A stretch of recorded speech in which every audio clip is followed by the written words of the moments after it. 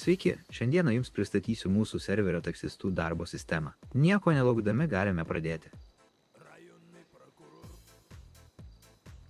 Vežiodami klientus mes gauname pinigus ir taksisto taškus. Už taksisto taškus galime keltis darbo lygį arba įsigyti visokių dalykėlių skirtų mūsų darbui. Apie tai vėliau. Kaip matėte, išsitraukiau pirmajam lygiui priklausantį paprastą taksi transportą ir iškart gavau užsakymą. Vykime pas klientą.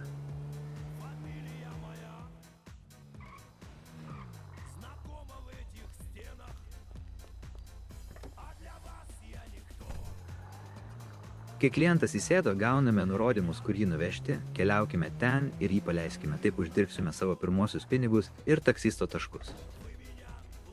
Štai paleidau klientą, dabar po 15 sekundžių turėtų įkristi kitas užsakymas, laukiame ir vėl kartojame procesą. Kaip minėjau, už taksisto taškus galime įsigyti įvairių dalykėlių. Vienas iš jų distilerija ir medžiagos samagono gaminimui.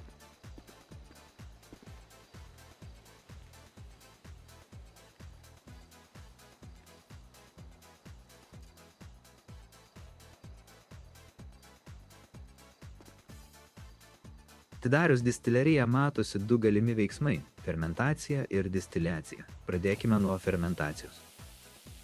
Pradėjus bet kurį progresą iš mūsų distilerijos aparato eina dideli raudoni dūmai, tai gali jūs išduoti policijai. Atvažiavus policijai, jie gali sunaikinti jūsų aparatą ir jūs gausite nemažą baudą. Dabar visi procesai vyksta po 1 minutę, tačiau jie iš tikro vyks po 15 ar net 30 minučių. Atsiėmus raugą po fermentacijos, galime pradėti distiliaciją.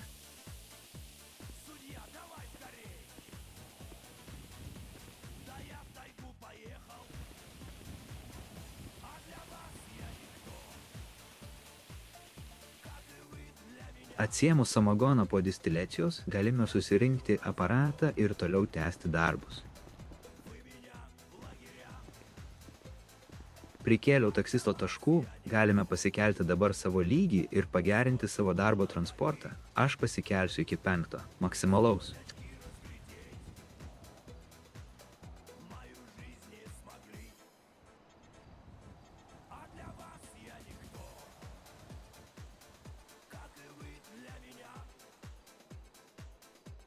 Penktame lygyje žaidėjas turės galimybę pradėti dirbti su savo asmeniniu transportu, aš tai ir padarysiu dabar.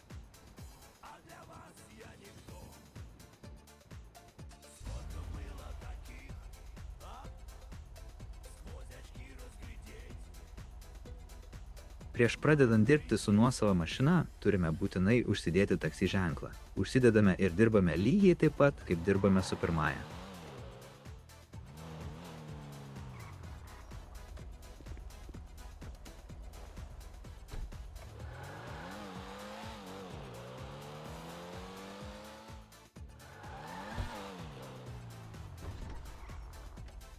Kuo didesnis taksisto lygis, tuo didesnė tikimybė, jog vežamas klientas paprašys jūsų parduoti samagono ir nuo jūsų lygio priklausys, kiek jis sumokės už jį.